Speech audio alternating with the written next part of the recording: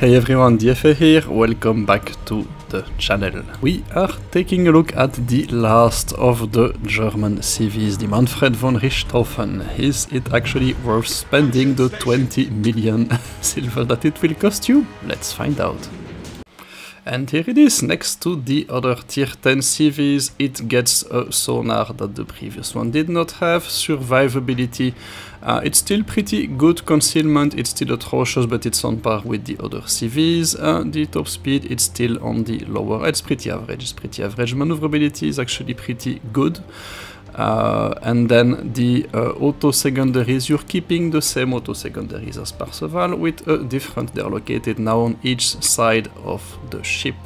If you have a ship to your left and a ship to your right, you will be engaging with 24 of them. You will also be in a pretty shitty situation. And yeah, since they're on the side of the ship, they cannot be pointed forwards or backwards. It means you have to show some skin to be using them, so that's making you a lot more vulnerable. The dive bombers, where it gets really interesting. You get 30 of them, 3 squadrons of 4, a wave of 12 dive bombers. Be careful, because if you do something stupid, you can only do it twice. After that, you've already lost almost all of your squadrons. Accuracy excellent, 63%, the best at tier 10, DPM 11,000. That's 3 times more than the Nahimov, the FDR, and 2 times more than the Midway, so that's pretty intense. That's a very good damage dealer. Torpedo bombers, yeah, 1 squadron of 7, so attacking destroyers is now officially useless. If you're lucky, you will put 3 torpedoes on target. And something interesting, the preparation time at 27 seconds, it's a full 9 seconds higher than one of the dive bombers. So there is a pretty big disconnect between your squadrons. We have to be careful with that. DPM decent at 7,000. So in total, what do we get with the Manfred? Yeah, we get the second best DPM at tier 10. Keep in mind, it cannot fire or float, so yeah. But it's still a very good damage dealer. Absolutely amazing. But at the price, yeah, it's even more extreme than Parseval. Now you have the smallest hangar at tier 10, so you really have to be super careful with your planes. Luckily, you retain excellent fighters to actually clear the skies. They would be the best at the tier if that stupid FDR did not exist, but still they're very good indeed, a second rank. And then finally the AA is excellent as well, and you get the AA skill, so any CV that sends its planes to attack you will regret it. So there is quite a lot to discuss there.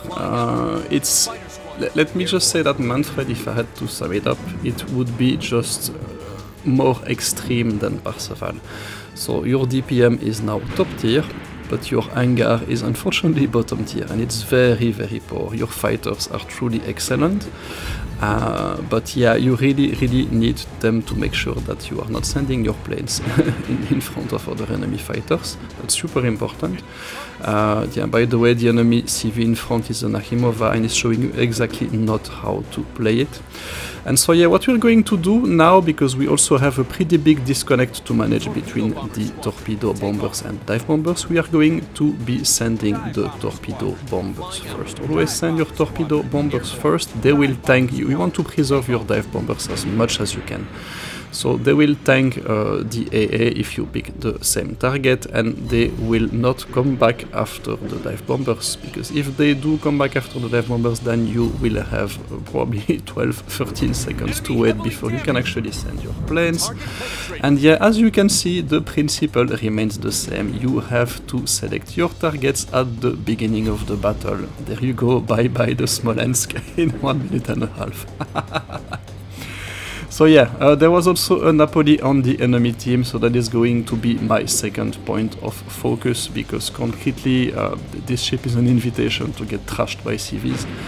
And the Napoli apparently has not noticed. It's going right in the middle of the screen like a brave soldier, and you can already guess how this is going to end, right? So in that case, I do not wait before sending my my torpedo bomber, simply because there is no opposition. That thing does not have any AA, and essentially the enemy fighters are not really dangerous. So yeah, something that you might have noticed is I do not attack the Adriatico because it's official. You are now pretty much useless against destroyers. Your torpedo bombers will not be, yeah, if you're lucky if you put 4 torpedoes on target, so half of them will be completely useless. In the meantime, that Napoli, I think he will probably not go alone in the next game when there is a CV on the enemy team. I mean, how complicated is that? You know that when there is a CV on the enemy team and you are a big ship with no AA, you're gonna get focused, so you have to plan your game accordingly and not just be an idiot and just drive in the middle like that. Yeah, and then complain about CVs. Concretely, destroyers, I'm not going after them. I'm not wasting my torpedo bombers on them. And yeah, you see here that they're coming back like 20 seconds. They will be ready 20 seconds after the dive bombers. Concretely, so I'm not focusing on destroyers. The bombers, yeah, you will put a couple of bombs on targets. Most of them will overpunch, so it's not super worth it. I think they have... they can be best employed somewhere else, as I've just shown you. We've already removed the 2 enemy cruisers from the game. And essentially your auto secondaries, they're not going to do any harm to enemy destroyers. They're shooting from quite far with the secondaries overload too, but at the speed at which destroyers are going, they're going to miss everything until the destroyer gets within maybe 5-6 kilometers of you. And if he does, it's actually bye-bye, because yeah, you're not going to be able to survive that salvo. So it's really not a brawler. You only engage with other targets once you are in that situation, not alone. The enemy target has not a chance, and essentially you soft him with your plane. So we're not going to get a single secondaries hit on that on that game, but we are certainly going to get another medal. Because if there is one area where the Manfred ridiculously improves over its predecessor, it's its ability to destroy enemy CVs. If you hate CVs, if you want to remove every single CV that you're facing from the game as quickly as possible, yeah, that's the ship for you. It's really... It's really meant for that, so as soon as you get a clean shot on the enemy CV, you absolutely 100% of the time take it, because that's a guaranteed citadel for per wave. There you go, that poor Natimov, yeah, it's...